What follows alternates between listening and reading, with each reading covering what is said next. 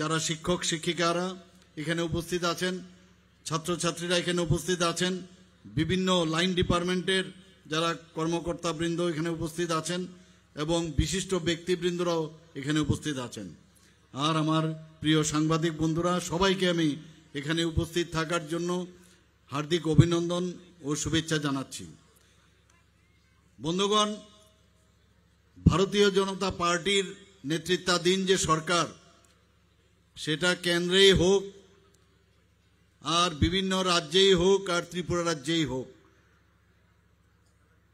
সব জায়গায় ওনারা সবাই মিলে এই যে ডাবল ইঞ্জিনের সরকার, আমরা চেষ্টা করছি উন্নয়ন করার, এবং সেই উন্নয়ন ছাড়া মাননীয় প্রধানমন্ত্রীজির যে ওনার যে চিন্তা ভাবনা, সেটাকে সামনে রেখে আমরাও সমস্ত জায়গায় উন্নয়ন ছাড়া কিচ্ছু হবে না এবং উন্নয়নের মাধ্যমে আমরা মানুষের কাছে যেতে চাই।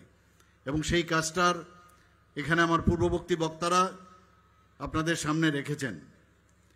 আমাদের বিধানসভার মধ্যে আমরা আমার সম্মানিত অনারেবল মিনিস্টার, আমাদের যে ফিনান্স মিনিস্টার, ওনার সাথে আমি কথা বলেছিলাম যে ইনফ্রাস্ট্রাকচার যদি আমরা ডেভেলপ না করি, তাহলে কোনো অবস্থায় যারা বাইরের থেকে যারা ইনভেস্ট করবে বা আমাদের ছেলে মেয়েদের তাদের কাজের জন্য বা এখানকার মানুষের জন্য ইনফ্রাস্ট্রাকচার আমাদের ডেভেলপ করতেই হবে। সেই কারণে প্রায় 7,000, আমাদের বাজেটে 27,000 কোটি টাকার উপরে ছিল, সেখানে 7,000 কোটি টাকা আমরা শুধু ইনফ্রাস্ট্রাকচার ডেভেলপমেন্টের জন্য আমরা রেখেছিলাম। বন্ধুগণ, আপনারা জানেন একতামল মাননীয় প্রধানমন্ত্রীজির একটা ড্রিম প্রজেক্ট, সেখানে যেটা একটু আগে বলার এখানে চেষ্টা করেছে, সমস্ত যে আমাদের বিধানসভা, শুধু ডিস্ট্রিক্ট না, আমি বারবার বলছি সমস্ত বিধানসভার আমরা ডেভেলপমেন্ট করতে চাই। তাহলে ডিস্ট্রিক্টেরও ডেভেলপমেন্ট হবে। ওখানকার যে জনপ্রতিনিধি আছেন, যাদেরকে মানুষ অনেক আশা আকাঙ্ক্ষা নিয়ে তাদের নির্বাচন করেছেন একমাত্র মানুষের কাজের জন্য, সেখানকার ডেভেলপমেন্ট করার জন্য, সেই দিশায় আমরা ডিসিশন নিয়েছি যে সমস্ত আমাদের যে 7টা বিধানসভা আছে সব জায়গায় আমরা ডেভেলপমেন্ট করব। তো একটা মল প্রায় 120 কোটি টাকা, সেটা বাজারঘাট যে এলাকা, সেখানে অলরেডি সেখানেও আমরা দেখে এসেছি, টেন্ডারও হয়েছে, কাজও শুরু হয়ে যাচ্ছে। তো একটা মলের কাহিনী আপনারা সব জানেন। প্রথম যে ইচ্ছা ছিল যে 1 ডিস্ট্রিক্ট 1 প্রোডাক্ট একটা মলে থাকবে, কিন্তু তার শুধু একটা মলে যদি 1 ডিস্ট্রিক্ট 1 প্রোডাক্ট শুধু ত্রিপুরার না, অন্যান্য প্রদেশেরও যারা থাকবেন তারাও এখানে এসে তাদের জন্য স্টল রাখা হবে, তাদের জিনিসপত্র সেখানে রাখা হবে, তাদের তো সেখান থেকে বিক্রি হবে। কিন্তু আমরা ডিসিশন নিলাম এত টাকার যেহেতু মল হবে, থেকে সাস্টেন করার জন্য সেখানে মডার্ন যে মলের যে চিন্তাধারা, সেটাও যেন সেখানে হয়। আমি কয়েকবার এই বিষয়ে আমি কথা বললাম, ডিজাইন দেখলাম এবং সেই নির্দেশেই সেই কাজগুলোই সেখানে হচ্ছে। এবং আমাদের ত্রিপুরাতে একটা প্রপার মল বলতে যেটা আমরা বুঝি, সেই মলের যে একটা মডার্ন শহরের, মডার্ন স্টেটের যে উন্নতির মানদণ্ড আজকাল দেখে সে একটা মল সেখানে তৈরি হচ্ছে।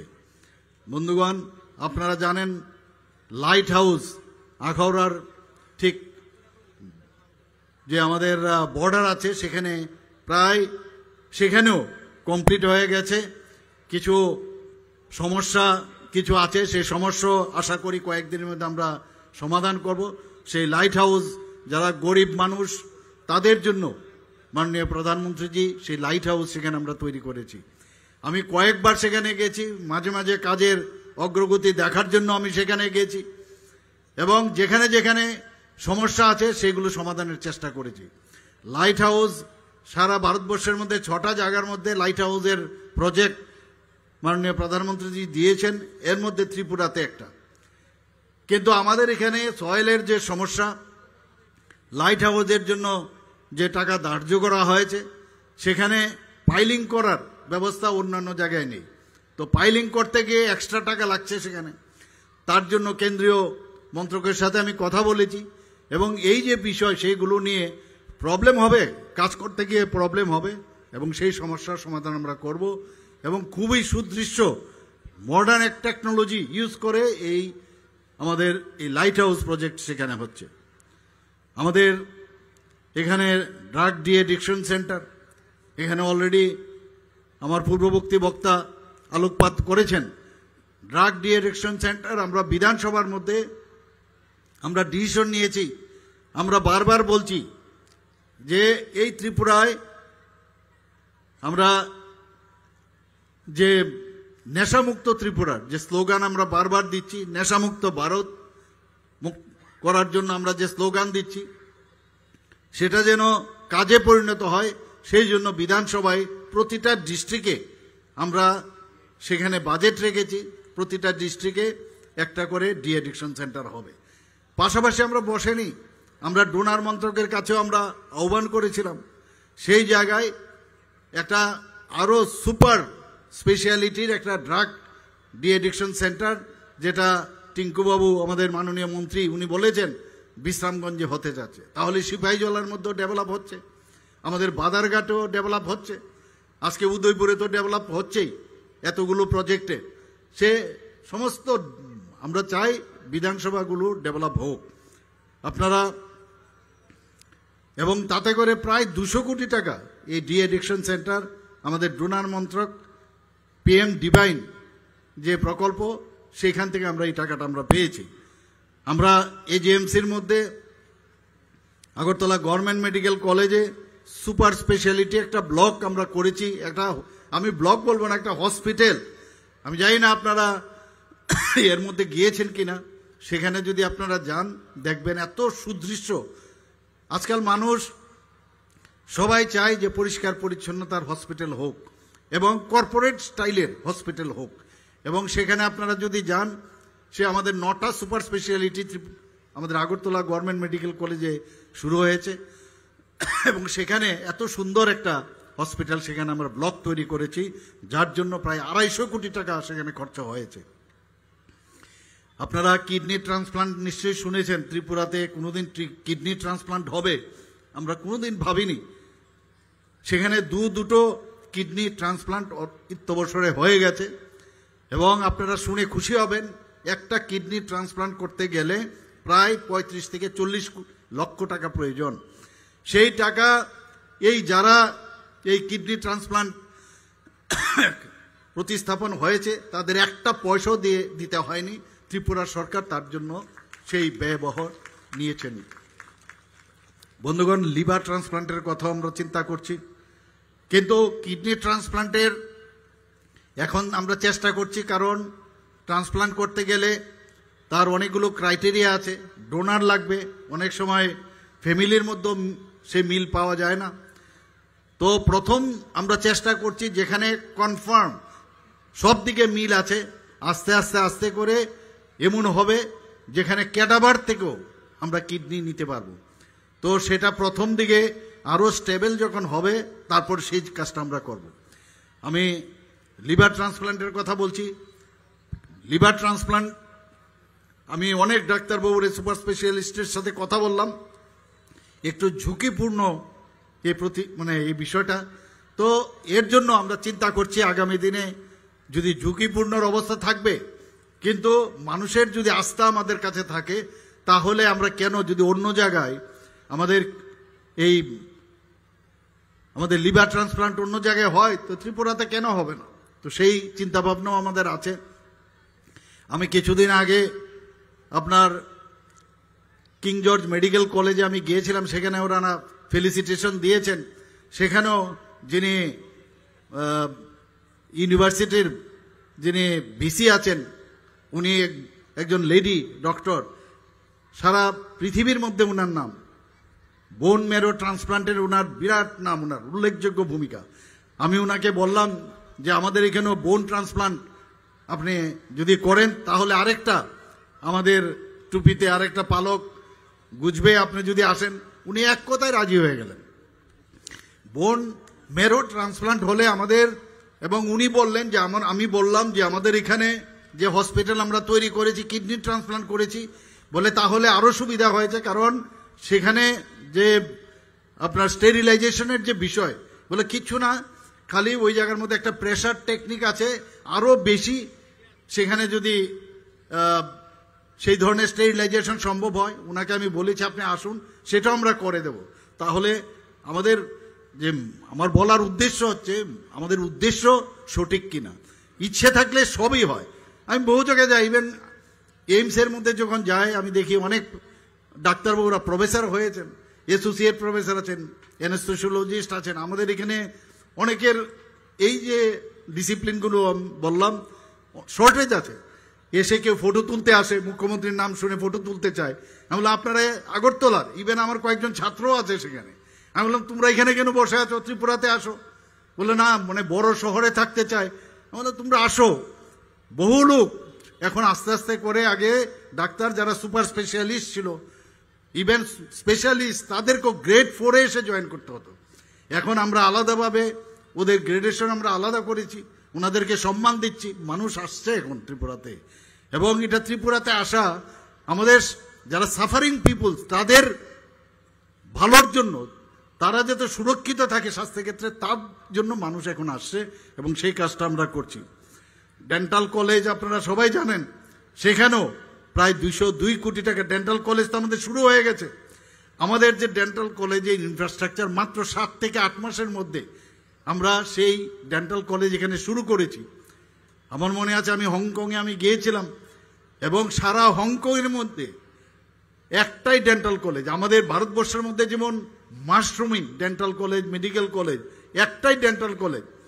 তো সেখানে যাওয়ার পরে আমি যে ওখানের ইনফ্রাস্ট্রাকচার আমি দেখলাম, সেই দিশায় এই ডেন্টাল কলেজ আমরা এখানে শুরু করলাম।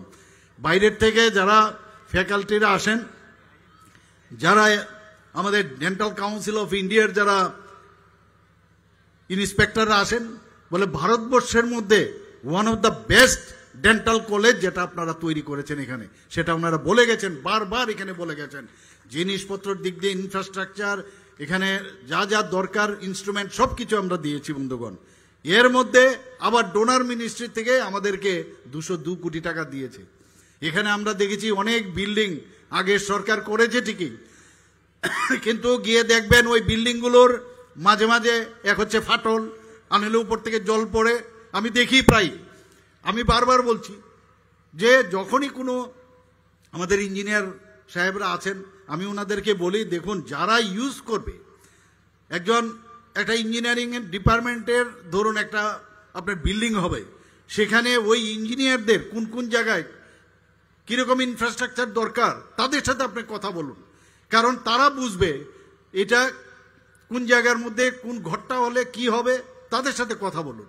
যদি আজকে আমরা হেলথ ডিপার্টমেন্টের কথা বলি, এটা হোস্টেল বানানোর কথা বলি, হোস্টেল বানাতে গেলে অ্যাটাচ বাথরুম টয়লেটও বানানো যায়, সেটা একবার হয়ে গেলে হবে না, কমন ছাড়াও করা যায়। কারণ বড় বড় আমরা মেডিকেল কলেজে আমরা গেছি, সেখানে আমরা দেখেছি। আমি এই বিষয়টার দিকে খুব নজর দেই।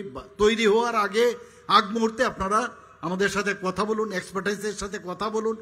আর আমরা যারা রিপ্রেজেন্ট করি সাধারণ মানুষের সাথে, তাদের যে সুবিধা অসুবিধা সেইগুলো নিয়ে আপনাদের সাথে আলোচনা করার পরে সেটা কাজটা শুরু করুন। এখানে ত্রিপুরার মধ্যে সবচেয়ে যে building B+G+14 office building Gurkha বস্তির যে প্রজেক্ট, সেখানে শুরু হয়ে গেছে কাজ বন্ধুগণ। এবং সমস্ত যে অফিসের ডাইরেক্টরেট, সব ডাইরেক্টরেট একই ছাদের নিচে চলে আসবে, এত বড় প্রজেক্ট আমরা হাতে নিয়েছি বন্ধুগণ। এবং সেখানে প্রায় 134 কোটি টাকার সেই প্রজেক্ট সেখানেও শুরু হয়ে গেছে। আমরা মুখে বলি না, কাজের মাধ্যমে যাতে আমরা পরিচয় দিতে পারি, সেটাই আমরা চাই। মানুষ কিচ্ছু দেখে না, দেখে কাজ। প্রধানমন্ত্রীজিকে খালি কাজের মানুষ বলেই উনাকে জানেন।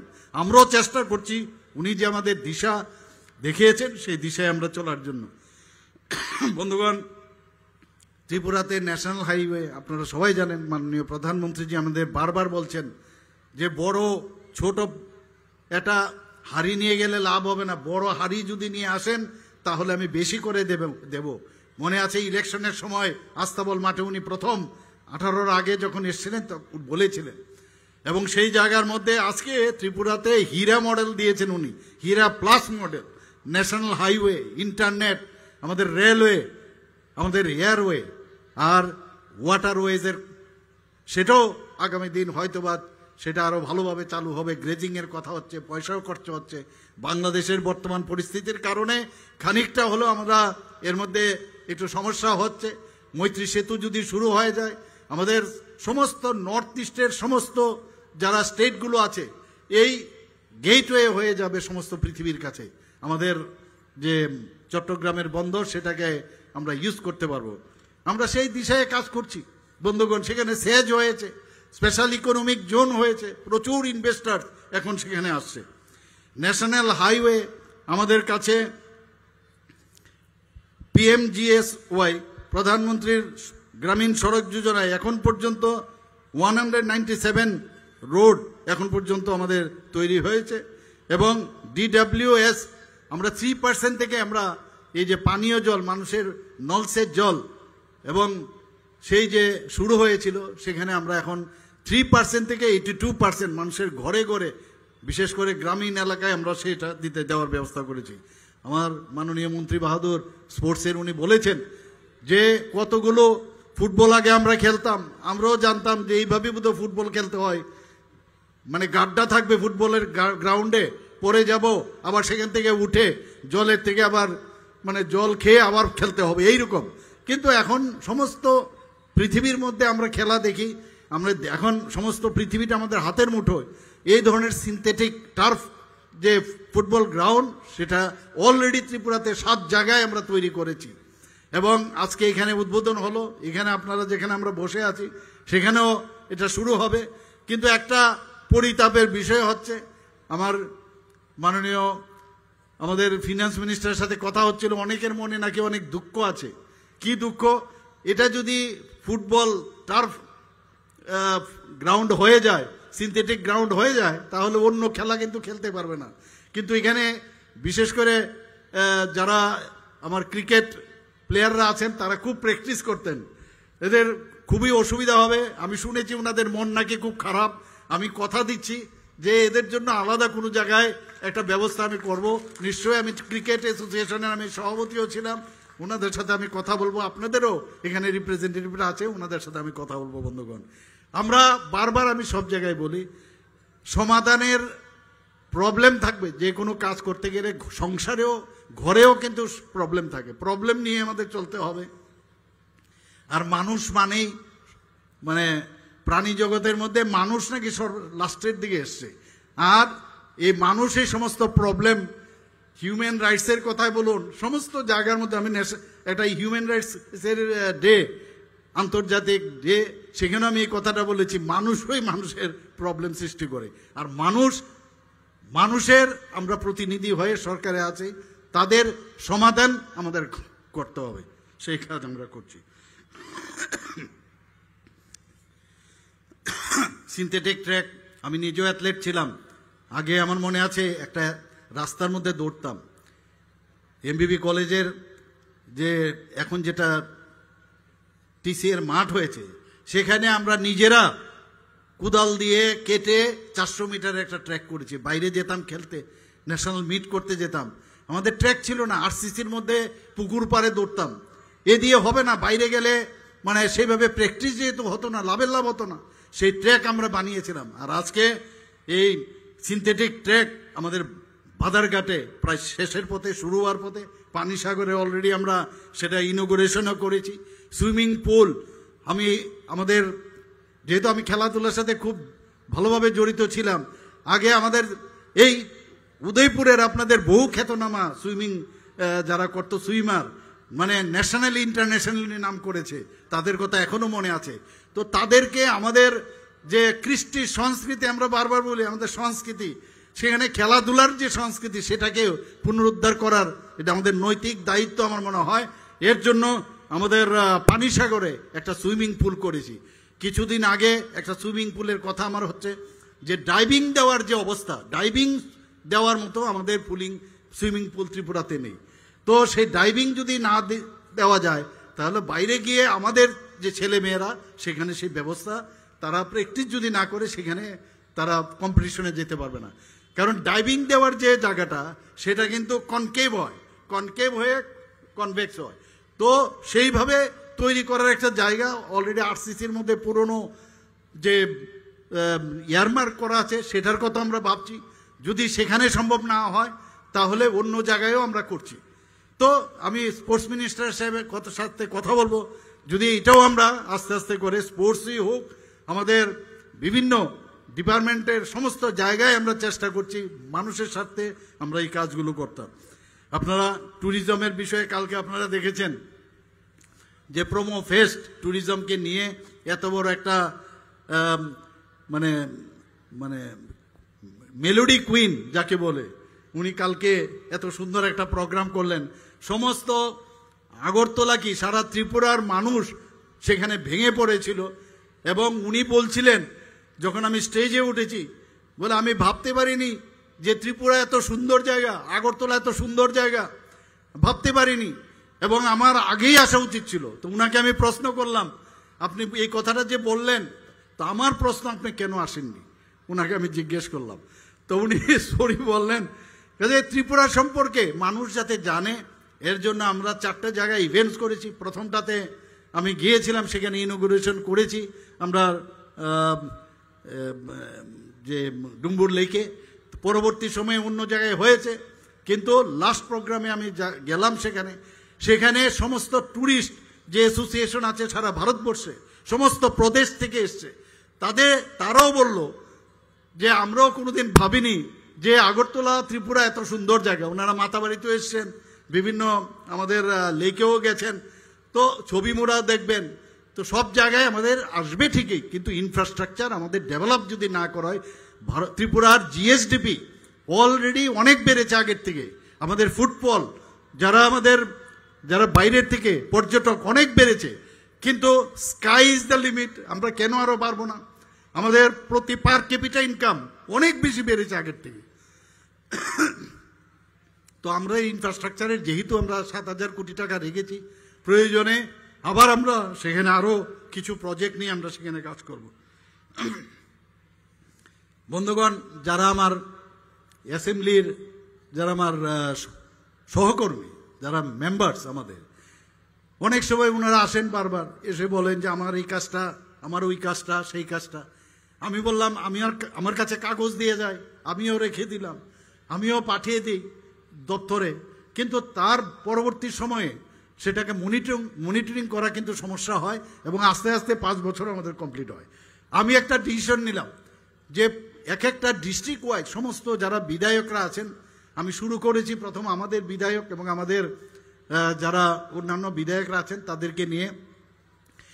তো ওখানে সমস্ত আধিকারিকরা বসছেন, ওনাদের কি সমস্যা, এক জায়গার মধ্যে সব সমস্যার সমাধান হয়ে যাচ্ছে এবং কোনটা সম্ভব কোনটা না। আমি এটাও বলেছি বাজেটে আগে আনতে হবে। আমার আজকে এই রাস্তাটা খারাপ, বাজেটে থাকতে হবে, আগের থেকে বাজেটে আছে কিনা। তো এই একটা প্রসেস আমরা শুরু করেছি। আমার সাথে আপনাদের মাতাবাড়ির কেন্দ্রের বিধায়ক ওনার সাথে আমার অভিষেকের সাথে আমার কথা হয়েছে এবং সবচেয়ে অভিষেক বারবার বলছিল সবচেয়ে বেশি যদি মানে ব্লেসড কেউ হয়ে থাকে কাকরাবনের এমএলএ নাকি সবচেয়ে বেশি ব্লেসড হয়েছে, আমি জানি না, অনেক বেশি কাকরাবনে সুযোগ সুবিধা পেয়েছে। যাই হোক, আমরা এইভাবে কাজের মাধ্যমে সবার সাথে কথা বলার মাধ্যমে এই প্রক্রিয়া, অর্থাৎ কি পলিটিক্সের জায়গা, ডেভেলপমেন্টের সাথে কোনো পলিটিক্স হবে না। যে রাস্তা দিয়ে যে কোনো পার্টির লোক যাবে, জল সাপ্লাই হবে, জল দেওয়া হবে, এর মধ্যে কি পলিটিক্স? ঘর হচ্ছে প্রধানমন্ত্রীর আবাস যোজনায়, সেই ঘরের মধ্যে কি আপনার পলিটিক্স থাকবে? প্রধানমন্ত্রী বলছেন এটাই পলিটিক্স, যে মানুষকে সবকিছু দেওয়াটাই পলিটিক্স। এতদিন ধরে আমরা দেখতাম জিন্দাবাদ জিন্দাবাদ, এখন উকি ঝুঁকি দিচ্ছে, আবার বেরোচ্ছে, মানে বলছে যে গরিব মানুষের, মেহনতি মানুষদের জন্য আবার কিছু করতে হবে। ত্রিপুরাতে আত্মনির্ভর ত্রিপুরা অনেক আগেই ছিল, বহু মানুষের কল কারখানা ইত্যাদি বহুত কিছু ছিল। এই জিন্দাবাদের যন্ত্রণায় মানুষ এসব বন্ধ করে দিয়ে চলে গেছে। বন্ধুগণ, এই ত্রিপুরাকে আমাদের এক ত্রিপুরা, শ্রেষ্ঠ ত্রিপুরা আমাদের করতে হবে। আর অন্যান্য পার্টিও আজকাল ওইসব পার্টির সাথে যোগদান দিয়েছে। 35 বছরে আমি যখন যাই কোনো স্কুলে, যখন দেখি বাউন্ডারি নেই, খুব কষ্ট হয়। 35 বছরে কি করলো? আমরা মাত্র আজকে 2 বছর, 3 বছর, 5 বছর, 6 বছর ধরে আমরা এখানে এসেছি। মনে হলো এই কাজটা যদি ওরা করে দিয়ে যেত, আমাদের পক্ষে সেই বার্ডেনটা কম হতো, আমরা অন্য কিছুতে সেই পয়সাটা কাজে লাগাতে পারতাম। খালি জিন্দাবাদ জিন্দাবাদ আর বিভিন্ন সময়ে মানুষকে বিভ্রান্ত করার এই আগের সরকার এবং এই যে দল, তারা এগুলো করেছে। আমরা পরিষ্কার কথা, প্রধানমন্ত্রী বারবার বলছেন মানুষের স্বার্থে আমাদের কাজ করতে হবে এবং সেই কাজগুলো আমরা করছি। বন্ধুগণ, আমরা এর মধ্যে উদয়পুরের তো আরেকটা খুশির পর খুশি, এখানে স্যাটেলাইট টাউন, আমরা 3টে জায়গায় বিধানসভার আমরা ডিসিশন নিয়েছি, উদয়পুর, ধর্মনগর এবং আগরতলায়। আমরা জানি আগরতলা উদয়পুরের মেইন যে শহর, সেখানে কিন্তু অনেক সমস্যা হয়।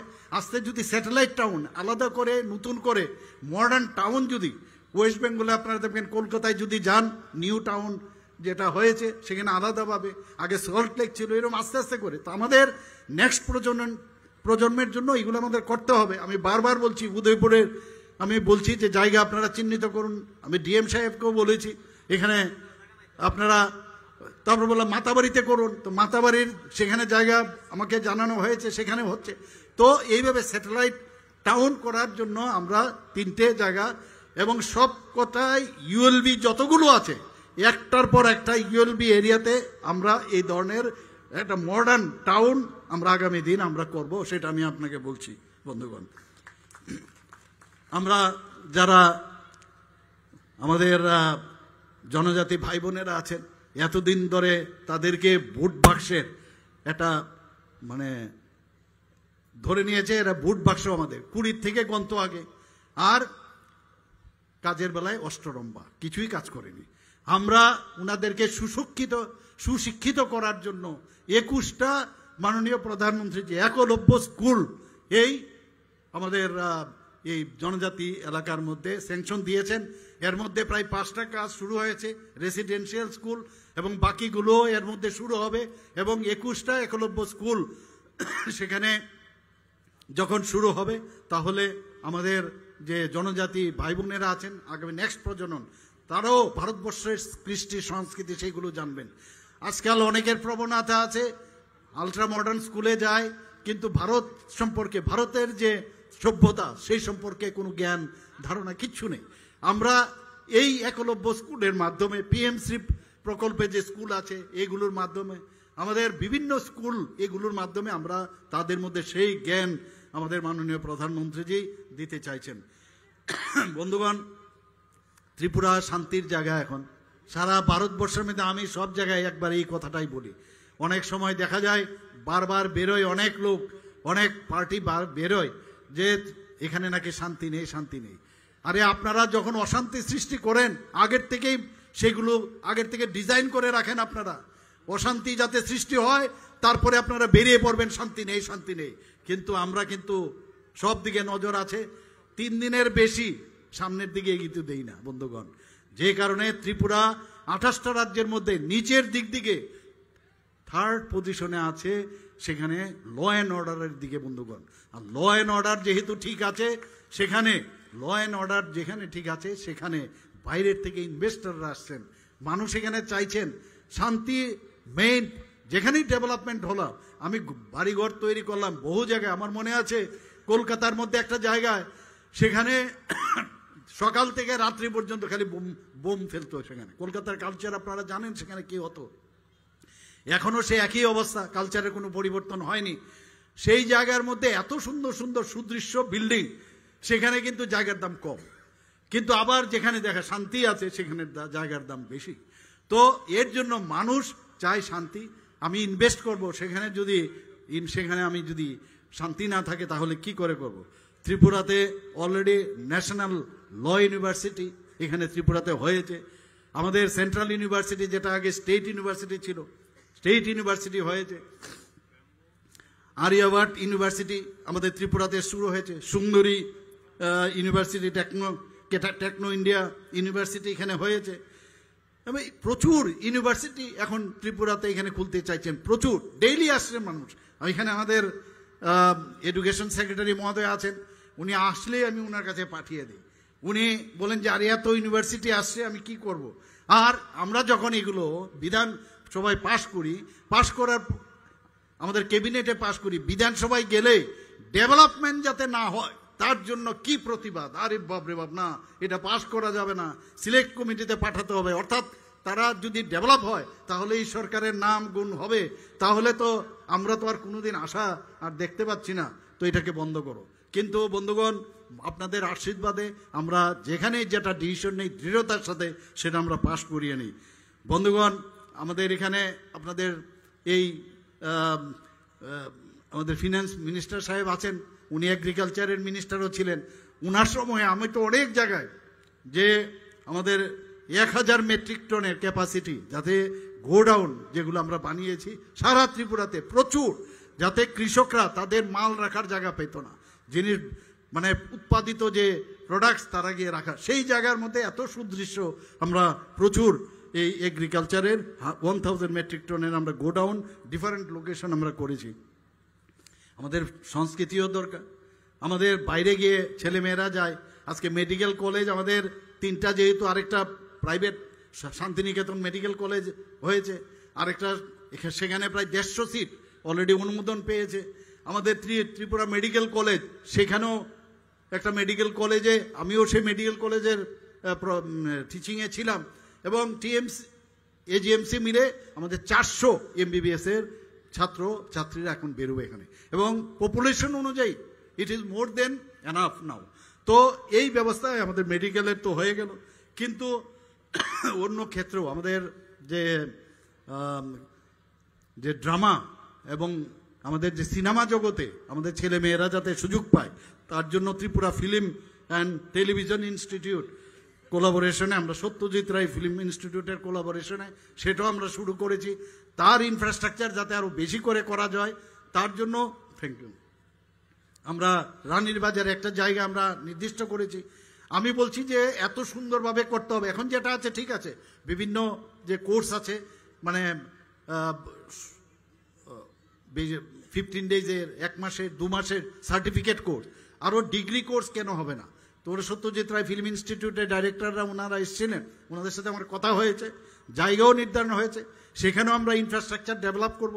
সেখানে আমার এত ভালো লাগলো, আমাদের ছেলেমেয়েরা, আপনারা শুনে খুশি হবেন, ত্রিপুরার এক ছেলে এই যে একটা অস্কারের জন্য মনোনীত হয়েছে, তারই লেখা, ত্রিপুরার ছেলে বিপ্লব গোস্বামী, সে অস্কারের জন্য সে লাপাতা লেডি, আপনারা নিশ্চয়ই জানেন, ত্রিপুরার ছেলে। ত্রিপুরার ছেলে মেয়েদের কিন্তু কোনো অংশে তাদের মেরিটের অভাব নেই।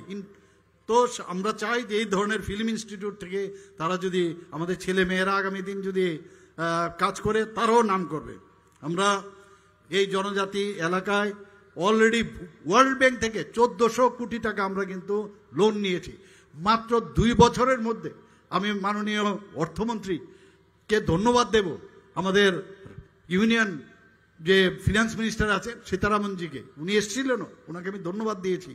2 বছরের মধ্যে ওয়ার্ল্ড ব্যাংক থেকে এত টাকা স্যাংশন, চারটিখানে কথা নয়, অল্প সময়ের মধ্যে করেছেন। এবং সেটা কিসের জন্য?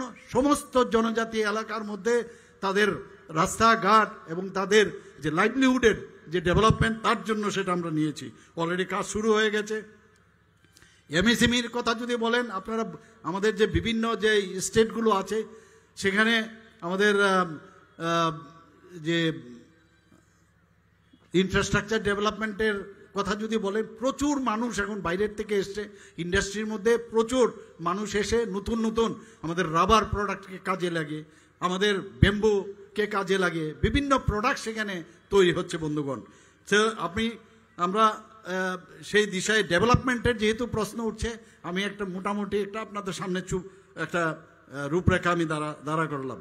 এখানে আন্ডার সিএম সাত স্কিম আমরা একটু আগে আমার পূর্ববর্তী বক্তা বলেছেন যে 5000 করে যারা 2 বছরে যারা 10 ক্লাস পাস করবে তাদের জন্য, এবং যারা 12 ক্লাস পাস করবে তাদের 5000 টাকা করে বৃত্তি দেওয়া হবে।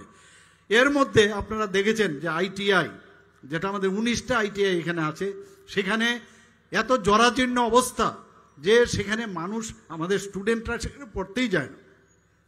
এবং সেখান থেকে পাশ করার পরও তাদের অ্যাবজর্পশন হতো না। আমরা এবার টাটা টেকনোলজির সাথে আমরা মুভ করেছি, সেখান থেকে ওদের যে বর্তমানে কম্পিউটার বেসড যে টেকনোলজি ওনারা আনবেন, এবং আমরাও প্রচুর এখানে ইনফ্রাস্ট্রাকচারের জন্য আমরাও সেখানে টাকা দেব, এবং ওনারাও প্রায় 700 কোটি টাকা দেবেন, এবং তাতে করে যে প্রতি বছর 5,000 করে আমাদের ছেলেমেয়েরা মডার্ন যে টেকনোলজি সেটা ওনারা জানবেন। ওনারা এইরকম টেকনোলজি আনছেন যে টেকনোলজির মাধ্যমে যারা ইভেন আমাদের এনআইটি বা আমাদের পলিটেকনিক কলেজ যেটা আগে ছিল সেখান থেকেও গিয়ে ওরা অনেক কিছু শিখতে পারবে। এবং ওনারা আমাদের বলেছেন যে 5,000 প্রতি বছর বেরোবে, সেটা আমরাই অ্যাবজর্ব করে নেব, শুধু ত্রিপুরাতে নয়, ভারতবর্ষের বিভিন্ন জায়গায় ইভেন অ্যাব্রডেও পাঠাবেন।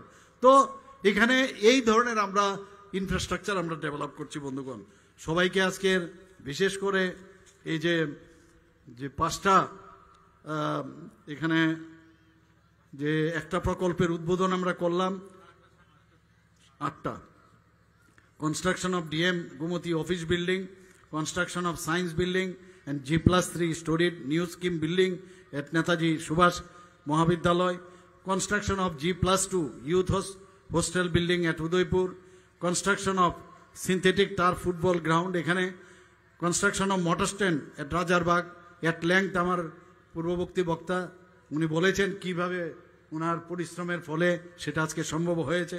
Construction of commercial building municipality office, শীতলবাবু খুব খুশি হবেন আজকে এই কথাটা শুনে, যখনই আমাকে দেখা হয় তাহলে এই কথাটাই বলেন।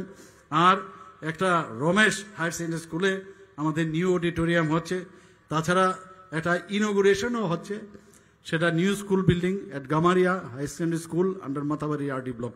সবাইকে আজকের এই যে আমরা উদ্বোধন ভিত্তিপ্রস্তর করলাম এখানে উপস্থিত থাকার জন্য